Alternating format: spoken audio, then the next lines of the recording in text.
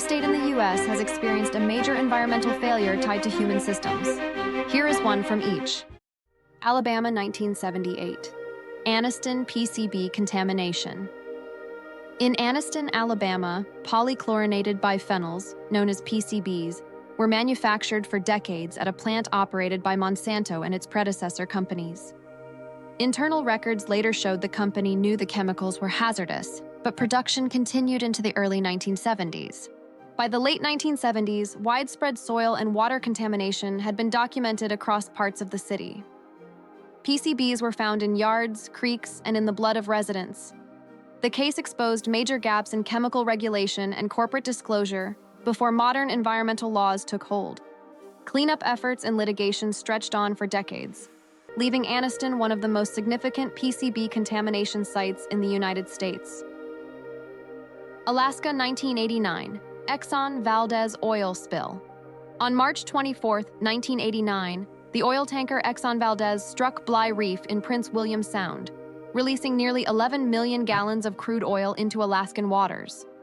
The spill contaminated more than 1,000 miles of coastline, devastating fisheries and wildlife habitats that local communities depended on. Cleanup efforts were massive but incomplete, and oil residues persisted in some areas for decades.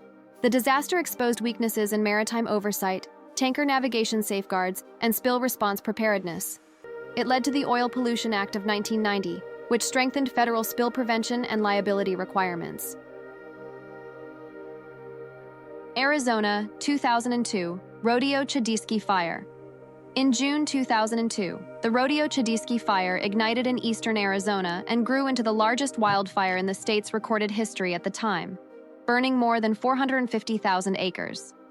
The fire began with a human ignition and spread rapidly through forests that had grown dense after decades of fire suppression policies.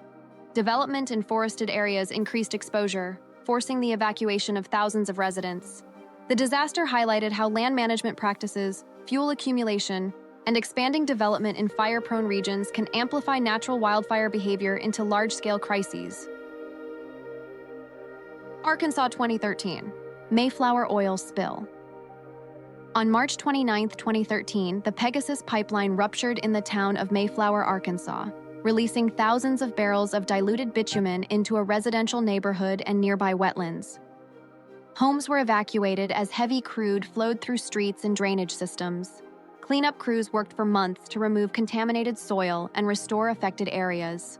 The rupture exposed concerns about aging pipeline infrastructure, inspection standards, and the transport of heavier crude through lines originally designed for different materials. California, 2015, Aliso Canyon methane leak. In October 2015, a well at the Aliso Canyon underground natural gas storage facility near Los Angeles began leaking methane. The release continued for nearly 4 months, becoming one of the largest methane leaks in U.S. history. Thousands of nearby residents were temporarily relocated as high levels of gas and odorants were detected in surrounding communities. The leak released an estimated 100,000 metric tons of methane into the atmosphere. The incident exposed regulatory gaps in oversight of aging natural gas storage wells and prompted new state-level safety and monitoring requirements for underground storage facilities. Colorado, 2015, Gold King mine spill. On August 5, 2015, contractors working for the Environmental Protection Agency triggered an accidental release of mine wastewater at the abandoned Gold King mine near Silverton, Colorado. More than 3 million gallons of contaminated water flowed into the Animas River, turning it a visible orange as it moved downstream through Colorado and into New Mexico and Utah. The spill exposed the long-term risks posed by abandoned hard rock mines throughout the West, as well as coordination challenges between federal agencies and local stakeholders during remediation efforts. Cleanup and monitoring followed, but the event underscored how legacy extraction sites can remain active environmental liabilities decades after closure. Connecticut, 1979, Raymark Industries, asbestos contamination. For decades, Raymark Industries manufactured asbestos-based products in Stratford, Connecticut. Waste containing asbestos was used as fill in residential neighborhoods, schoolyards, and public areas. By the late 1970s, testing revealed widespread soil contamination beyond the factory site, prompting federal intervention. In 1979, the area became a major Superfund cleanup case. Large-scale soil removal and long-term remediation followed. The case exposed how routine industrial waste practices could embed lasting public health risks directly into community infrastructure. Delaware 2014, PFAS contamination linked to DuPont Chemours. In 2014, testing revealed elevated levels of per- and polyfluoroalkyl substances, PFAS, in groundwater near manufacturing facilities operated by DuPont and its spin-off, Chemours, in Newcastle County, Delaware. PFAS, used in the production of nonstick and industrial materials, were found in drinking water supplies serving surrounding communities. The discovery triggered expanded monitoring, regulatory scrutiny, and legal action. The case exposed how long-term chemical manufacturing and disposal practices could contaminate groundwater systems decades after production began. Cleanup agreements and stricter state oversight followed, reflecting the difficulty of managing persistent industrial compounds once they enter municipal water infrastructure. Florida 2021, Piney Point Wastewater Reservoir leak. In April 2021, a leak was discovered at the Piney Point Phosphate Plant in Manatee County, Florida. A holding pond containing hundreds of millions of gallons of wastewater showed signs of structural failure. Officials ordered evacuations as crews rushed to pump and discharge water into Tampa Bay to prevent a full breach. The release raised concerns about nutrient pollution and long-term impacts on coastal ecosystems. The crisis drew attention to aging industrial waste storage facilities and the ongoing risks posed by legacy phosphate mining infrastructure in the state. State and federal agencies later committed funds for site closure and long-term monitoring. Georgia, 1998, Atlanta combined sewer overflow crisis. By the late 1990s, aging sewer infrastructure in Atlanta was routinely discharging untreated wastewater into local rivers during heavy rainfall events. Combined sewer systems, designed decades earlier, were overwhelmed as the city expanded. In 1998, the Environmental Protection Agency and the state of Georgia entered into a federal consent decree requiring the city to overhaul large portions of its wastewater system. The situation highlighted how rapid urban growth and deferred infrastructure upgrades can strain legacy systems, turning routine storms into public health concerns. Atlanta ultimately invested billions of dollars in sewer improvements, reshaping its water management infrastructure over the following decades. Hawaii 2021, Red Hill Fuel Storage Facility leaks.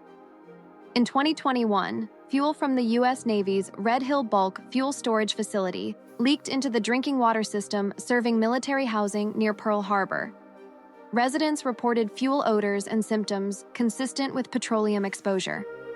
Subsequent testing confirmed contamination of the aquifer supplying thousands of households. The incident brought scrutiny to decades-old underground fuel storage tanks located above a critical groundwater source, raising concerns about maintenance, oversight, and long-term risk management.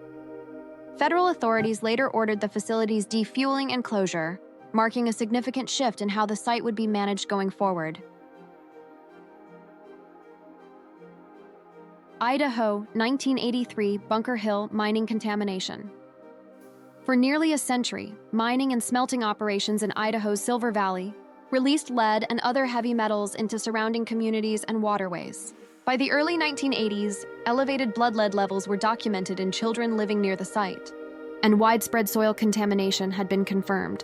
In 1983, the Bunker Hill site was designated a federal Superfund location, initiating one of the largest environmental cleanup efforts in the country. The situation illustrated how long-running extraction industries can leave persistent contamination embedded in residential areas long after operations decline. Illinois 2019 Sterigenics ethylene oxide emissions. In 2018 and 2019, air monitoring around a Sterigenics medical sterilization facility in Willowbrook, Illinois, revealed elevated levels of ethylene oxide, a gas used to sterilize medical equipment. Federal assessments indicated that long-term exposure to the emissions could increase cancer risk for nearby residents. Community pressure and state intervention led to the facility's closure in early 2019. The episode drew attention to gaps between federal emissions standards and emerging scientific understanding of chemical exposure risks. Indiana 2014, BP Whiting Refinery oil spill. In March 2014, a malfunction at BP's Whiting Refinery released thousands of gallons of oil into Lake Michigan near the Indiana shoreline. The spill occurred during equipment maintenance and prompted temporary closures of nearby water intakes as a precaution. Although relatively small compared to major maritime disasters, the incident renewed scrutiny of aging refinery infrastructure and spill prevention safeguards along one of the nation's primary freshwater sources. It highlighted the risks associated with operating large industrial facilities adjacent to critical drinking water systems.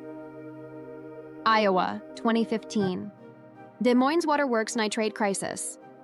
In 2014, nitrate levels in the Raccoon River rose to record highs following heavy agricultural runoff upstream.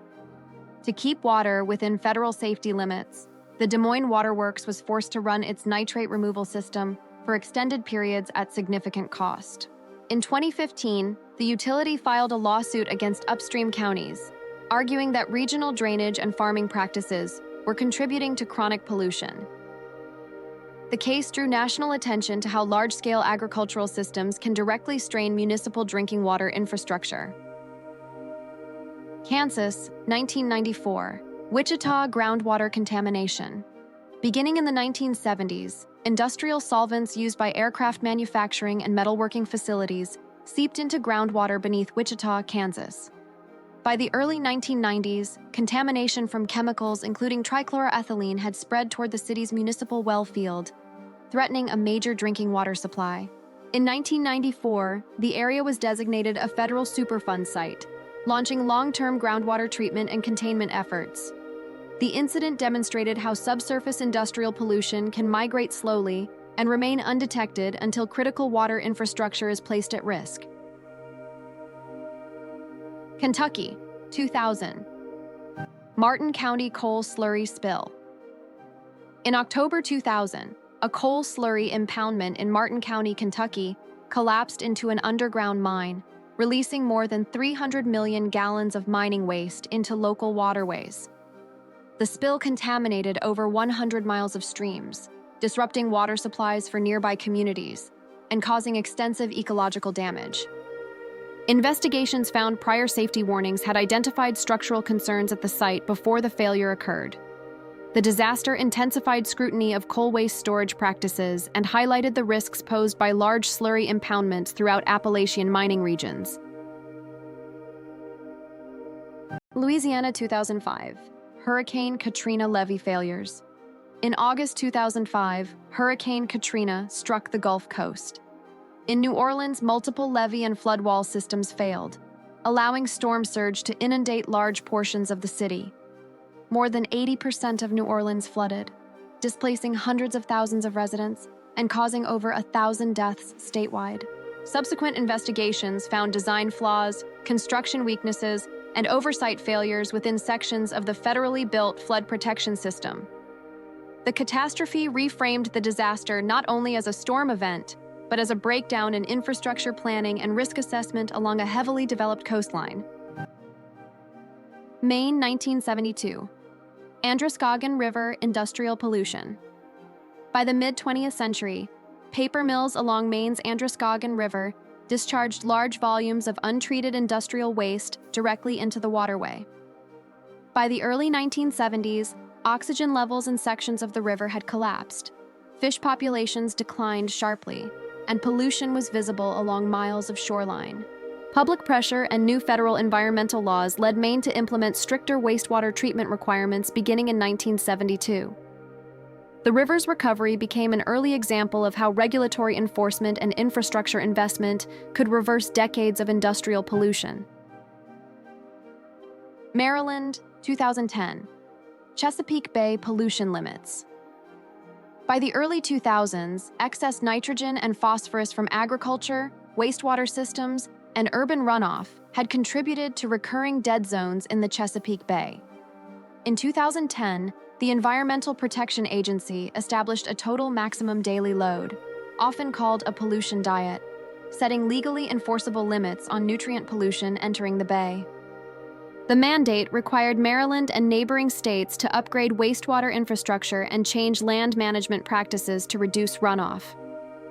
The action reflected decades of accumulated pollution and the growing difficulty of restoring large ecosystems once watershed impacts become widespread. Massachusetts, 1983, New Bedford Harbor, PCB contamination. For much of the mid-20th century, electrical manufacturing facilities discharged PCB-contaminated waste into New Bedford Harbor on Massachusetts' south coast. By the late 1970s, sediments in the harbor contained some of the highest PCB concentrations ever recorded in marine environments, leading to fishing bans that remain in place decades later. In 1983, the harbor was designated a federal Superfund site, initiating one of the largest and longest sediment dredging projects in the United States. The contamination demonstrated how industrial pollutants can persist in coastal ecosystems, limiting economic activity and public access long after discharge ends.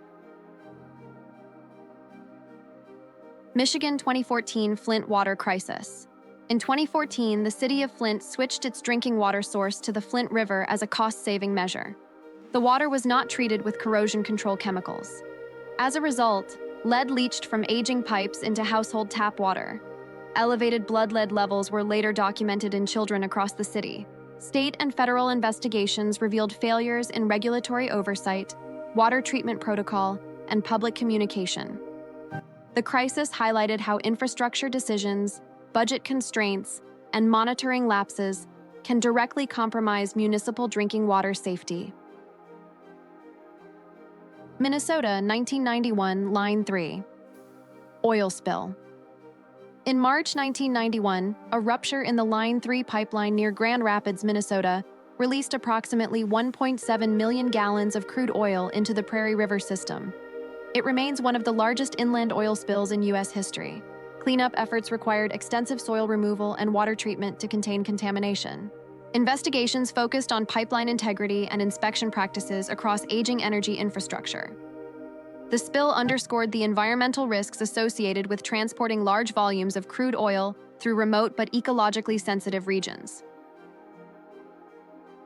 Mississippi, 2013. Chevron Refinery fire, Pascagoula. In August 2013, a fire broke out at the Chevron Refinery in Pascagoula, Mississippi, after a corroded pipe released flammable vapor during maintenance operations. The explosion triggered shelter-in-place orders for nearby communities and raised concerns about air quality and worker safety. Federal investigators later cited inadequate inspection and maintenance practices as contributing factors. The incident highlighted how aging refinery infrastructure and deferred repairs can increase the risk of industrial accidents in heavily developed coastal regions. Missouri, 1983, Times Beach, dioxin contamination. In the early 1970s, waste oil contaminated with dioxin was sprayed on roads in the town of Times Beach, Missouri, to control dust. The chemical had originated from industrial production processes nearby. By the early 1980s, testing revealed extremely high levels of dioxin in soil throughout the community. In 1983, the federal government ordered the evacuation of the entire town. Times Beach was later dismantled, becoming one of the most well-known Superfund sites in the country. The episode demonstrated how improper waste disposal practices can embed toxic compounds directly into residential environments, with consequences severe enough to erase a town from the map. Montana, 2011, Yellowstone River oil spill. In July 2011, a pipeline owned by ExxonMobil ruptured beneath the Yellowstone River near Laurel, Montana, releasing an estimated 40,000 gallons of crude oil into the waterway. Oil spread downstream through agricultural land and wildlife habitat, contaminating riverbanks and prompting emergency response efforts across multiple counties. Investigations later cited inadequate burial depth of the pipeline beneath the riverbed and challenges in monitoring river crossing infrastructure. The spill renewed scrutiny of how energy transport systems intersect with dynamic natural waterways, particularly in regions prone to seasonal flooding and erosion. Nebraska, 2019, Gering-Fort Laramie Irrigation Tunnel collapse. In July 2019, a section of the 102-year-old Gering-Fort Laramie Irrigation Tunnel in western Nebraska collapsed, blocking the primary water supply for more than 100,000 acres of farmland. The failure halted irrigation during peak growing season, threatening severe yield losses for farmers dependent on the system. Emergency repairs required bypass pumping and reconstruction efforts under tight time constraints. The collapse highlighted the vulnerability of aging agricultural infrastructure in regions where irrigation systems are central to economic stability. Nevada, 1988. Pepcon chemical plant explosion. In May 1988, a fire at the Pacific Engineering and Production Company of Nevada, Pepcon, triggered a series of explosions at a facility storing ammonium perchlorate near Henderson, outside Las Vegas. The blasts damaged nearby buildings, injured hundreds of people, and exposed weaknesses in how large quantities of industrial chemicals were stored near expanding residential development. Investigations identified lapses in safety protocols and site planning that allowed high-risk materials to be concentrated in a growing urban area. The disaster prompted changes in hazardous materials regulation and land use planning standards across the state. New Hampshire, 2016 Saint-Gobain PFAS groundwater contamination. In 2016, testing in southern New Hampshire revealed elevated levels of PFAS chemicals in private wells near a plastics manufacturing facility operated by Saint-Gobain in Merrimack. The compounds, used in industrial coatings, had migrated into groundwater serving residential communities. The discovery led to expanded well testing, bottled water distribution, and eventually new state-level drinking water standards, stricter than federal guidelines at the time. The episode illustrated how airborne and wastewater industrial emissions can enter groundwater systems, forcing rapid regulatory response in states reliant on private wells. New Jersey, 2012 Hurricane Sandy infrastructure failures. In October 2012, Hurricane Sandy struck the New Jersey coastline, driving storm surge into coastal communities and critical infrastructure. Subway tunnels, electrical substations, wastewater treatment plants, and residential neighborhoods were inundated. Power outages affected millions across the state. The damage exposed the vulnerability of densely built coastal infrastructure to storm surge, amplified by development patterns and aging protective systems. In the years that followed, New Jersey invested heavily in flood mitigation, grid hardening, and coastal resilience planning. New Mexico, 1979 Church Rock uranium mill tailings spill. In July 1979, a dam at a uranium mill tailings pond near Church Rock, New Mexico, failed, releasing more than 90 million gallons of radioactive wastewater into the Puerco River. The spill contaminated waterways flowing through Navajo Nation, affecting livestock, irrigation, and local water use. It remains the largest release of radioactive material in U.S. history by volume, yet received limited national attention at the time. The incident underscored the risks associated with uranium mining waste storage and the disproportionate environmental burdens borne by indigenous communities in the Southwest. New York, 1978 Love Canal toxic waste crisis. In 1978, residents of the Love Canal neighborhood in Niagara Falls, New York, discovered that their homes and school had been built atop a buried chemical waste site. Heavy rains and construction activity had allowed toxic compounds to migrate into basements and surrounding soil. Health concerns and community activism led to a federal emergency declaration, the first of its kind for a non-natural disaster. The crisis prompted the creation of the Federal Superfund program, fundamentally reshaping how hazardous waste sites are identified, regulated, and remediated nationwide. North Carolina, 2014 Dan River coal ash spill. In February 2014, a stormwater pipe beneath a coal ash pond at Duke Energy's Dan River steam station collapsed, releasing an estimated 39,000 tons of coal ash and millions of gallons of contaminated water into the Dan River. The spill coated portions of the riverbed in gray sludge and raised concerns about arsenic, selenium, and other heavy metals entering downstream ecosystems. North Dakota, 2013 Tioga pipeline oil spill. In September 2013, a pipeline near Tioga, North Dakota, ruptured, releasing more than 800,000 gallons of crude oil onto farmland in the Bakken oil region. The spill went undetected for days before a farmer discovered oil pooling in a field. Cleanup crews removed contaminated soil, but the incident raised concerns about leak detection systems and monitoring practices in rapidly expanding oil infrastructure. The event underscored how accelerated energy development can outpace oversight and inspection capacity in remote regions. Ohio, 2014. Toledo drinking water crisis. In August 2014, the city of Toledo issued a do not drink advisory after toxins produced by harmful algal blooms were detected in the western basin of Lake Erie. Nearly 500,000 residents temporarily lost access to safe tap water as treatment systems struggled to remove microcystin from the supply. The bloom was linked to agricultural nutrient runoff combined with warm, stagnant water conditions in the lake.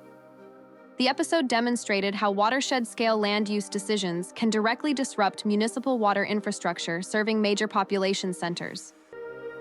Oklahoma 2015 induced earthquake surge. Linked to wastewater injection. By 2015, Oklahoma was experiencing more magnitude 3.0 earthquakes annually than California, a dramatic increase from historical norms. Scientific studies linked the surge to high-volume wastewater injection wells used in oil and gas production, which altered underground pressure along existing fault lines. Damage to homes and infrastructure prompted regulatory action, including reductions in injection volumes across parts of the state. The episode illustrated how energy extraction practices can trigger unintended geological consequences when subsurface systems are pushed beyond historical conditions. Oregon, 1948, Vanport flood. In May 1948, a railroad dike protecting the city of Vanport, Oregon, failed during high water along the Columbia River. Within hours, the city, then the second largest in Oregon, was inundated, displacing more than 18,000 residents. Vanport had been rapidly constructed during World War II to house shipyard workers, much of it built on low-lying reclaimed land. The flood exposed the risks of large-scale development in vulnerable floodplains and reshaped regional planning and housing patterns in the Portland area. Pennsylvania, 1979. 3 Mile Island partial meltdown. In March 1979, a malfunction at the 3 Mile Island nuclear power plant near Harrisburg led to a partial meltdown in one of the reactor cores. A combination of mechanical failure and operator error resulted in the release of small amounts of radioactive gases and triggered widespread public concern. Although the health impacts remain debated, the incident halted new nuclear plant approvals in the United States for decades. The accident reshaped federal oversight, emergency preparedness requirements, and public perception of nuclear energy nationwide. Rhode Island, 1996. North Cape oil spill. In January 1996, the barge North Cape ran aground near Moonstone Beach, Rhode Island, during a winter storm, releasing more than 800,000 gallons of heating oil into coastal waters. The spill occurred during peak winter shellfish season, contaminating fisheries and leading to extensive closures along the state's southern shoreline. Cleanup efforts were complicated by cold temperatures and rough seas, limiting containment options. The incident emphasized how maritime traffic and severe weather can intersect along densely used coastal corridors, placing local fishing economies at immediate risk. South Carolina, 2015, Columbia flood and dam failures. In October 2015, record rainfall associated with a stalled weather system overwhelmed rivers and reservoirs across central South Carolina. More than 40 dams failed or were severely damaged, including several aging earthen structures not subject to modern design standards. Communities experienced road washouts, drinking water disruptions, and prolonged recovery efforts. The event revealed how outdated dam infrastructure and expanding development in flood-prone areas can magnify the consequences of extreme rainfall. South Dakota, 1972, Black Hills flood. In June 1972, intense rainfall over the Black Hills triggered catastrophic flooding in and around Rapid City, South Dakota. Rapid runoff overwhelmed Canyon Lake Dam and urban drainage systems, sending water through developed neighborhoods during the night. More than 200 people were killed, and thousands were displaced. The disaster highlighted the risks of concentrated development along narrow creek corridors and led to major changes in floodplain management and dam safety oversight in the region. Tennessee, 2008, Kingston coal ash spill. In December 2008, a retaining wall failed at the Tennessee Valley Authority's Kingston fossil plant, releasing more than 1 billion gallons of coal ash slurry into nearby rivers and neighborhoods. The spill covered hundreds of acres, damaging homes and contaminating waterways with arsenic, mercury, and other heavy metals. Cleanup required years of dredging and soil removal, becoming one of the largest industrial waste disasters in U.S. history. The collapse drew national attention to the stability of coal ash storage ponds and prompted stricter federal regulations on their design and monitoring. Texas, 2017. Hurricane Harvey petrochemical releases. In August 2017, Hurricane Harvey stalled over southeast Texas, bringing record-breaking rainfall to the Houston metropolitan area. Floodwaters inundated refineries and petrochemical facilities, leading to unplanned releases of pollutants as plants shut down or lost power. Communities near industrial corridors reported flaring events, chemical odors, and air quality concerns during and after the storm. The event demonstrated how concentrated energy infrastructure along low-lying coastal regions can compound environmental risk when extreme weather intersects with industrial systems. Utah 2013, Bingham Canyon Mine landslide. In April 2013, a massive landslide occurred at the Bingham Canyon copper mine southwest of Salt Lake City. The slide, one of the largest non-volcanic landslides in North American history, shifted millions of tons of rock within the open-pit mine. Although no fatalities occurred due to early monitoring and evacuation, the event disrupted production and raised concerns about slope stability in large-scale mining operations. The collapse illustrated the geological and structural limits involved in operating some of the world's largest open-pit mines. Vermont, 2011, Tropical Storm Irene infrastructure failures. In August 2011, the remnants of Tropical Storm Irene brought extreme rainfall to Vermont, overwhelming rivers and mountain valleys across the state. More than 500 miles of roads and numerous bridges were damaged or destroyed, isolating towns and disrupting transportation networks. The storm exposed the vulnerability of rural infrastructure built along narrow river corridors shaped by steep terrain. In the aftermath, Vermont revised bridge standards and invested in more resilient road and culvert design to better withstand high-volume runoff events. Virginia 2015 Possum Point coal ash. Groundwater contamination. In 2015, groundwater monitoring at Dominion Energy's Possum Point Power Station in Virginia detected elevated levels of arsenic and other contaminants in monitoring wells near coal ash storage ponds. The findings intensified public concern over the long-term stability of coal ash impoundments located near the Potomac River. Regulatory reviews and legal challenges followed, leading to expanded requirements for ash pond closure and remediation across the state. The situation underscored how legacy waste storage practices at power plants can pose ongoing risks to groundwater systems decades after disposal begins. Washington, 1989. Hanford nuclear waste crisis and tri-party agreement. By the late 1980s, decades of plutonium production at the Hanford Nuclear Reservation in southeastern Washington had left millions of gallons of radioactive waste stored in aging underground tanks. In 1989, the federal government, the state of Washington, and the Environmental Protection Agency signed the Tri-Party Agreement, formally acknowledging the scale of contamination and establishing a long-term cleanup framework. The site had already leaked radioactive and chemical waste into soil and groundwater near the Columbia River. Hanford became one of the most complex environmental remediation efforts in U.S. history, illustrating the long-term infrastructure challenges of managing nuclear production waste. West Virginia 2014 Elk River chemical spill. In January 2014, a storage tank at a chemical facility in Charleston, West Virginia, leaked 4-methylcyclohexane methanol into the Elk River upstream of a municipal water intake. The spill left approximately 300,000 residents without potable water for several days as authorities issued a do not use advisory. Investigations cited inadequate tank inspection and regulatory oversight at the facility.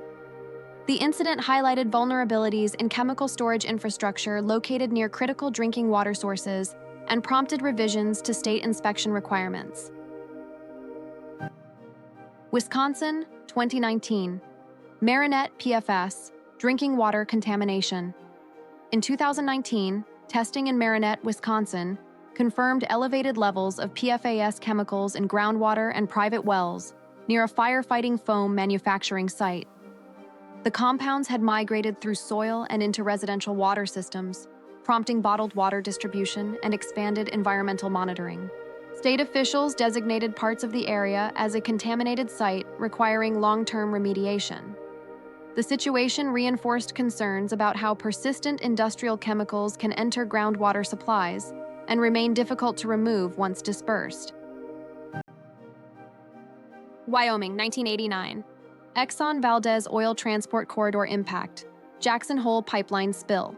In 1989, the same year as the Exxon Valdez disaster in Alaska, a separate Exxon pipeline rupture near Jackson, Wyoming, released thousands of gallons of crude oil into the Snake River. The spill contaminated riverbanks within a nationally significant wildlife and recreation corridor. Cleanup efforts required removal of affected soil and monitoring of downstream ecological impacts. The incident underscored how energy transport infrastructure crosses sensitive landscapes in the Mountain West, placing river systems at risk, even far from production sites.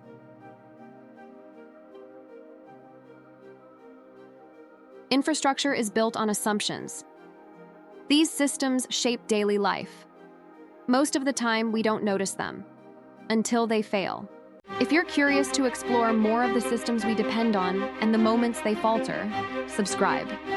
This is worth knowing.